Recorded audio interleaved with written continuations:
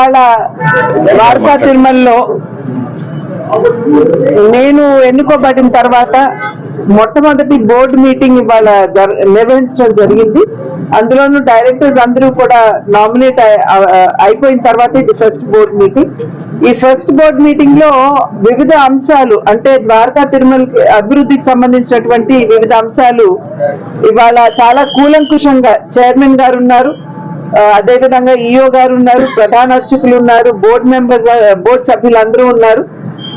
మేమందరం కూడా చాలా ఓపెన్ గా అసలు ఇక్కడ ఉన్నటువంటి విషయాలు, జరగవలసినటువంటి అభివృద్ధి కార్యక్రమాలు, ఏ విధంగా ద్వారకా తిరుమలని అభివృద్ధి చేసుకోవాలి, వచ్చేటువంటి భక్తులకి ఇబ్బంది కలగకుండా ఏ రకమైనటువంటి సౌకర్యాలు ఏర్పాటు చేయాలి, అదే విధంగా ఇక్కడ ఉన్నటువంటి ఎంప్లాయీస్ ఎవరైతే ఉన్నారో వారి భవిష్యత్తును కూడా దృష్టిలో పెట్టుకుని వారికి హితం చేకూర్చే విధంగా ఏ విధంగా కార్యక్రమాలు చేయాలి అనేటువంటి అనేక అంశాల మీద ఇవాళ చర్చించడం జరిగింది.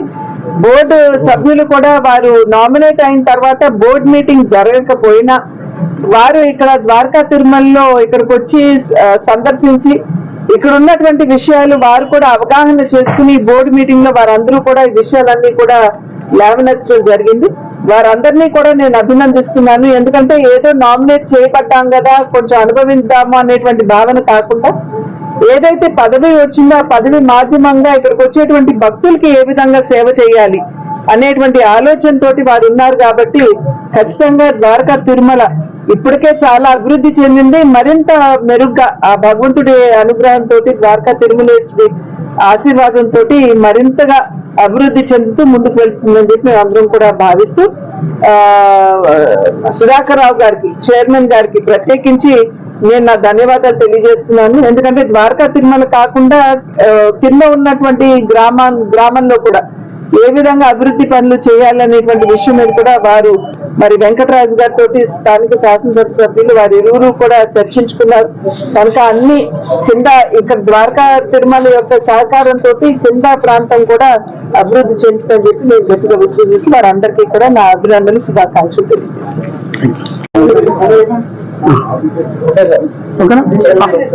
అందరికీ నమస్కారం.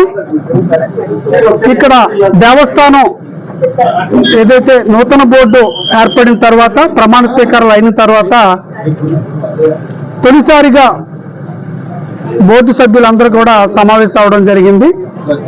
ప్రధాన ఉద్దేశం ఏంటంటే ఈ యొక్క ద్వారకా తిరుమల వెంకటేశ్వర స్వామి వారి యొక్క విశిష్టతని మరింత విస్తరింప చేసేలాగా ఆ యొక్క పవిత్రతని కాపాడుకునే విధంగా ఈ యొక్క టెంపుల్ యొక్క కార్యక్రమాలను వీటిని మరింత పారదర్శకతతో ఎలా తీసుకెళ్లాలి అనే అంశాల మీద చర్చించడమే కాకుండా గౌరవ ముఖ్యమంత్రి గారు శ్రీ నారా చంద్రబాబు నాయుడు గారి ఆలోచన టెంపుల్ టూరిజం డెవలప్ చేయాలని. అంటే ఓ పక్కన ఆధ్యాత్మిక భావాన్ని పెంపొందించడమే కాకుండా ఈ యొక్క ఆధ్యాత్మిక భావాన్ని పెంపొందించే క్షేత్రాలుగా ఉన్న ద్వారకా తిరుమల కావచ్చు, అదేవిధంగా లక్ష్మీ నరసింహస్వామి టెంపుల్ ఐఎస్ జగన్నాథపురంలో ఉన్నది కానవచ్చు, వీటన్నిటిని కూడా ఇంటర్లింకేజ్ చేసి టెంపుల్ టూరిజాన్ని డెవలప్ చేయడమే కాకుండా ఇక్కడ భక్తులు వచ్చినప్పుడు ఒకసారి దర్శనం చేసుకుని వెళ్ళిపోవడం కాకుండా ఒక రోజైనా ఒక రాత్రి అయినా ఇక్కడ ఉండేలాగా. అయితే ఇక్కడ ద్వారకా తిరుమల ఈ కొండ మీద కానీ లేదు ఐఎస్ జగన్నాథపురంలో ఉన్న లక్ష్మీ నరసింహస్వామి అక్కడ టెంపుల్ ఉన్న ఆ కొండ మీద కానీ ఒక నైట్ స్టే చేసే విధంగా భక్తుల్ని ఇక్కడ ఉంచేలాగా ఒక ఆలోచనతో వెళుతున్నాం. ఇటీవల ముఖ్యమంత్రి గారు ఐఎస్ జగన్నాథపురం నుంచి ద్వారకా తిరుమల వరకు ఉన్న 22 కిలోమీటర్ల రోడ్డుని డబుల్ రోడ్ చేసి రెండు యొక్క టెంపుల్ని లింక్ చేయడానికి సుమారుగా 30 కోట్ల రూపాయలతో పెట్టిన ఒక ప్రతిపాదనకి ఆయన సానుకూలంగా స్పందించారు.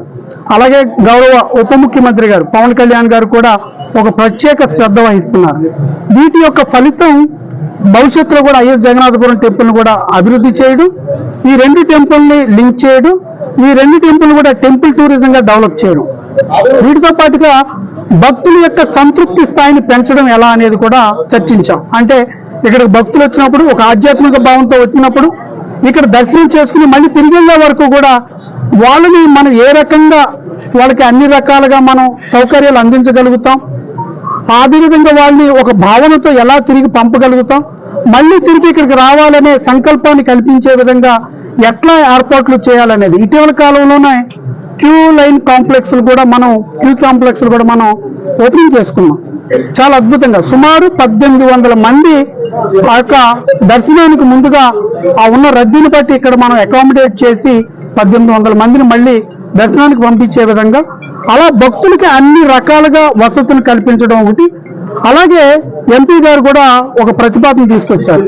మాస్టర్ ప్లాన్స్ ఇక్కడ కానీ ద్వారకా తిరుమల కానీ లక్ష్మీ నరసింహస్వామి టెంపుల్ యొక్క అక్కడ కానీ మాస్టర్ ప్లాన్ తీసుకొని ఆ మాస్టర్ ప్లాన్ ద్వారా అక్కడ కాటేజీల నిర్మాణం కావచ్చు, ఇతర అంశాలు కావచ్చు అభివృద్ధి చేసి ఎలా అయితే టీటీడీలో ఎలా అయితే ఒక వ్యవస్థ ఉందో బలమైన వ్యవస్థ దానిని అనుకరిస్తూ అలాంటి వ్యవస్థను ఇక్కడ కూడా తయారు చేసుకుని ఈ యొక్క ఇటు ద్వారకా తిరుమల అటు ఐఎస్ జగన్నాథపురం లక్ష్మీ నరసింహస్వామి టెంపుల్ ఈ రెండింటిని కూడా అభివృద్ధి చేసుకోవడం ద్వారా ఈ గోపాలపురం నియోజకవర్గ పరిధిలో ఉన్న టెంపుల్స్ ను కూడా మిగతాట్లు కూడా ఇంటర్లింక్ చేస్తూ వీటి యొక్క ప్రచారాన్ని కూడా బలంగా ప్రజల్లో తీసుకెళ్లాలని నిర్ణయాలు తీసుకోవడం జరుగుతుంది.